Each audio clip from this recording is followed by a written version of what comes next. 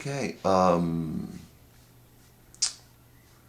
for a lot of people, Jesus is just, you know, fake. And so when people critical of religion um, they call themselves the atheists on YouTube, when they say, you know, Christianity is just a bunch of nonsense and fairy tales, um, for the most part, for most people, they're right.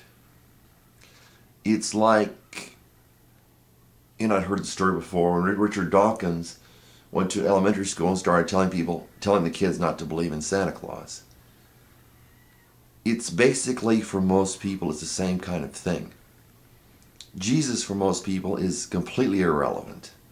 Except for, it's like when you go to work and you're not supposed to question how things are done, you're just supposed to do them. It doesn't matter how they make sense. In fact, people will criticize you at work or wherever for saying, you're thinking about it too much or whatever. That's not the way we do it. Why? Because we've been programmed. They do this at work, they do this at school. Do what the professor says. Well, that's not the right way. Well, it doesn't matter. He's a professor. And it's the same thing when you go to church, You're married into a religious family or a Christian family, or you yourself are Christian, your spouse, or wife or husband, goes to Christian church. It's considered to be fake. Because when it really comes down to it, brass tacks is not something people adhere to. But something that really gets people, you can see the way our government has responded, and the stuff that is put out. Nowadays, after putting out years of propaganda against Christian tenets, it is now saying that Christians, the whole thing, spank your kid, but you don't use a paddle. That's, if you read the Bible, spare the rod, spoil the child. So when it comes to discipline, when it comes to a parent punishing their kid so that they'll do the right thing, not punishing their kid because they enjoy it, because they like to hurt their kid, but punishing their kids so they'll do the right thing, the government doesn't like that. When it comes to abortion, it's about, supposedly, they're trying to write it into the health bill so that we who do not agree with abortion, such as I, have to pay for abortions done by the government. And,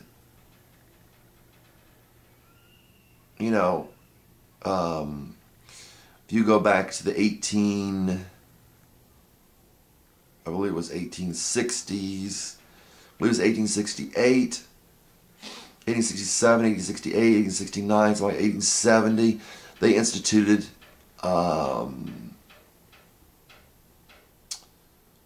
public schools because they decided that blacks, this is back when, science had accepted the fact, and I saw someone else mention it, that they decided, science had decided, science, note the quote fingers, had decided, quote, note the quote fingers, that blacks were inferior, note the quote fingers, that they could not compete. I had someone told me tell me, that they were intellectually inferior to white people, and that was considered science.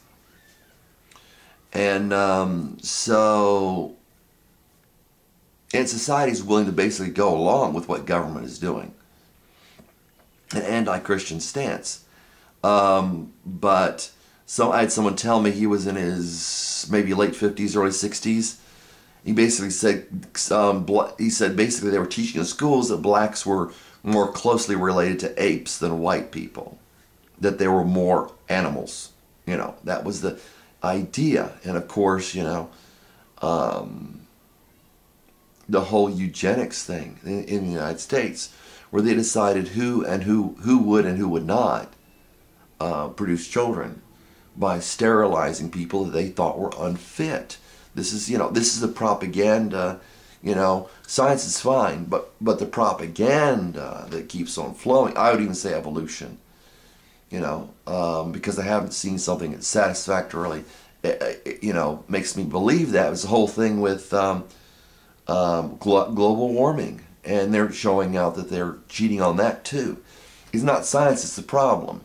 It's the propaganda that the government keeps on putting out that we've got to weed through. It's the same thing with Christianity. It's propaganda. People don't believe it. So what people can believe, though, what becomes a contentious issue is God and morality. And I got my imported beer right there. It's, well, where's it right here? Modelo. It's a little bit better than domestic. I like it.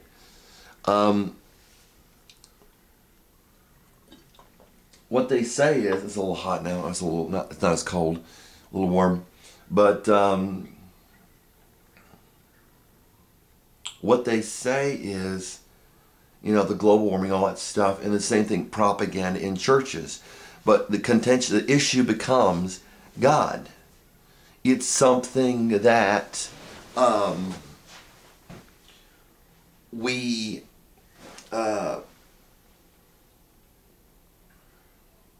we can see is an issue, and believing, does God exist, does God not exist, and the issue becomes, if he does exist or he doesn't exist, how is that relevant to me? What difference does that make to me?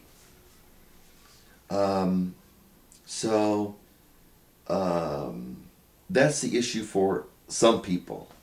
It's a more moral stance, I will say. It's a more moral stance to say, God matters. If he created us, we need to find out what he wants. But that's immediately twisted by the religious establishment. Just as morality and truth becomes propaganda in the scientific, or not scientific, but in the government. It could be scientific, could be religious. We're being fed always lies. Whether it's the government or not, it doesn't matter. And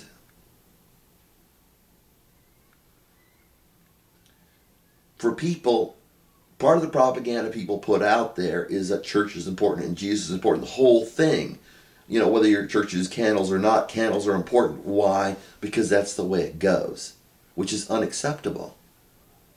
It's not acceptable to say that that's just part of our religion. So it's not a real Christianity. Most people believe believe in fakery, in fairy tales, in Santa Claus for adults. I think maybe Richard Dawkins, somebody said that.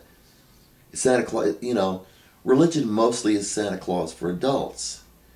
But the issue of God, that can be something where people can, disagree on, but it becomes an intellectual thing rather than the source of your being and something to seek, something to know about.